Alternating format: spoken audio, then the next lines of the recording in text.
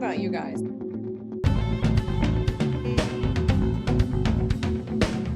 She has a different voice and a different understanding. Hello and welcome to Offsite Dirt. My name is Mark Willey, and this series we call The Dirt. We're going to be diving into an exciting topic today, and I'd like to introduce y'all to Audrey Grubesic. How are you, Audrey? I'm great, and thank you. I love this series, and I love sustainability and talking about low carbon and ways that we are improving better building systems. Today we have Matteo Atwin he's the CEO of Boxy and US Frame Factory, which is located inside Louisiana. Welcome. We're happy to have you here today. Thank you, Audrey and Mark. I'm glad to be here.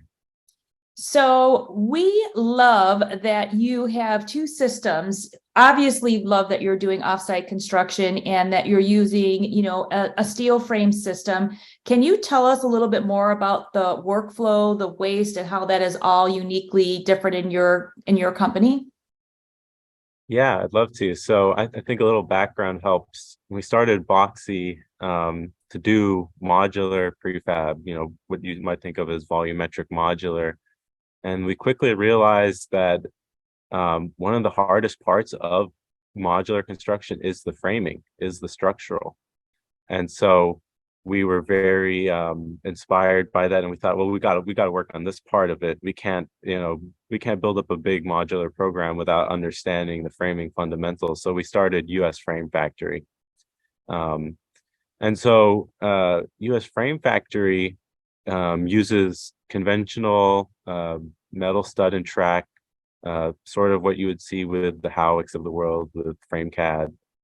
We use a United States manufacturer, Knudsen,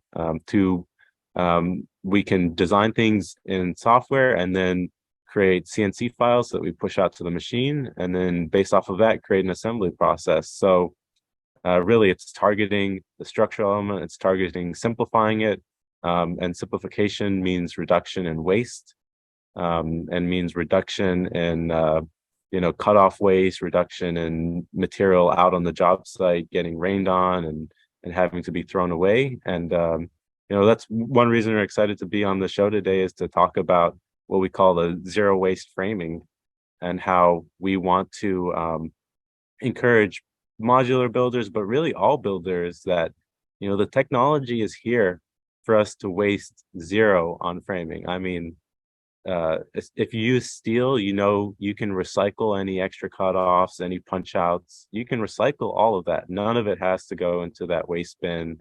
But even if you use wood, there's many techniques for recycling the bits and ends and pieces. One factory mentioned that they use it for heating their factory. So I think, in this modern age, it's about reducing carbon, and the methods and the means of doing that are here. So I think we should run to that, and it saves us time and money on our projects. And I think it's something tangible that people can do and save money doing it. 100%. I think people should run to it. This is exciting. I want to engage you on how this all works in the online world. So when it comes to the pricing and the transparency of your process, how people can get your product, how you integrate with the software, can you walk us through that process? Yeah, so very much in the way of a lot of tech startups, we try to solve our own problems. Like we already said, we're trying to solve the framing problem. When we were trying to solve that framing problem, we realized you can't find pricing for a lot of materials online. You can't go order some studs from. You can order some from maybe Home Depot, but it's really they're not trying to get you to order custom length material so that you have zero waste and zero cut. So what we did is we actually went and programmed a tool that anybody on the internet can go online and configure the size of the stud, the gauge, the metal thickness, the length, the quantities, and we can have it manufactured on demand to a 16th of an inch.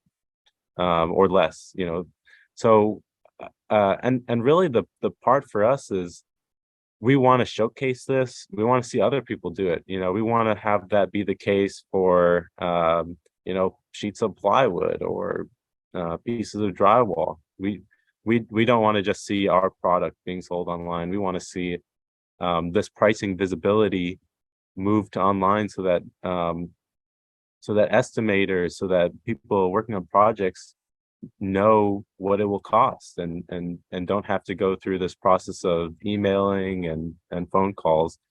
And that's not to say that talk time with distributors and product specialists is bad. It's just to say we want to focus that time on helping people figure out if it's the right fit, if it's the right product to use, as opposed to time going back and forth about quantities and lengths. So we're really excited, and we hope that this is a movement of the industry. I mean, you see it in Amazon, you see it in all these other big companies have moved to online.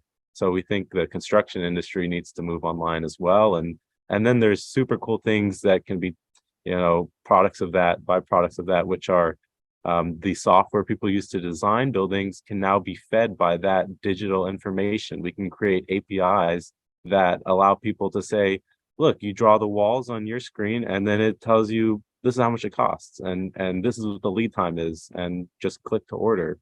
So there's a lot of exciting things that we think that have really been not unlocked yet in that regard. You are speaking our language. We are in full support. When we look at the offsite construction industry, I think we might be 5% of it now, and the predictions are quite phenomenal in the next 10 years. And we agree with you. We think that things have to be, there has to be a better technology out there that's going to support that, and love the idea of zero waste. When you say that you're not like other industries or under other car manufacturer software, what do you mean by that? Yeah, so I just said all these ways that construction is behind and we can catch up, right? But the reality that I've learned just doing it, and I'm not as experienced as some other people, but I've realized really quickly, you can't just say, let's just make a car manufacturing facility and build buildings in it. It's really you can't just say, well, look, Microsoft made Windows and Google made the Google search, and why can't we just make buildings faster? Unfortunately, it's an apples to oranges comparison. And there's something really unique and special about construction. There's something really difficult about and about the size of projects, about the longevity that you expect out of projects, about you work with people to build buildings. You don't work with just machines. And so there's a huge aspect where we still need to culture talent, and we still need to culture craftsmanship while adopting, new computerized and other techniques. But at the end of the day, as we train up drafters and other people to even model the framing, there's an art to it. You have to know how it comes together. And even if you're going to program a program to do that, there's still so much craft that needs to be thought of.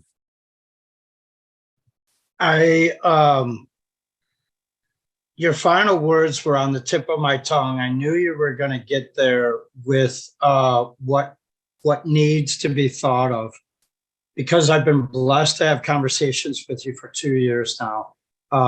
Whether it's been on a Saturday night or a Monday morning, you're always unpeeling another layer of that onion.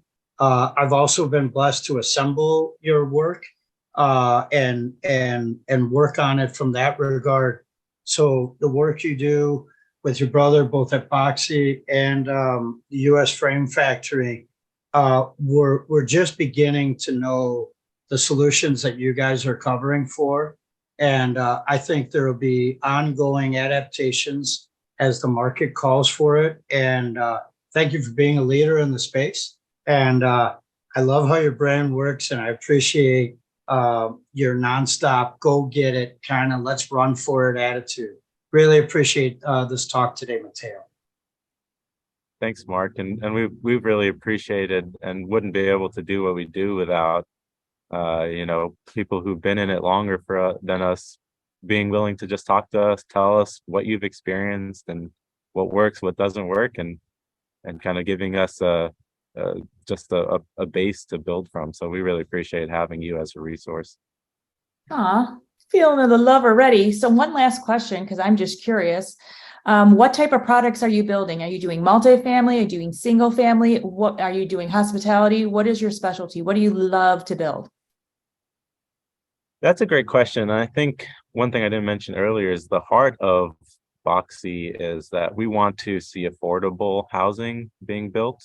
We want to see, we want to be able to drive or hold the cost of high quality, affordable housing.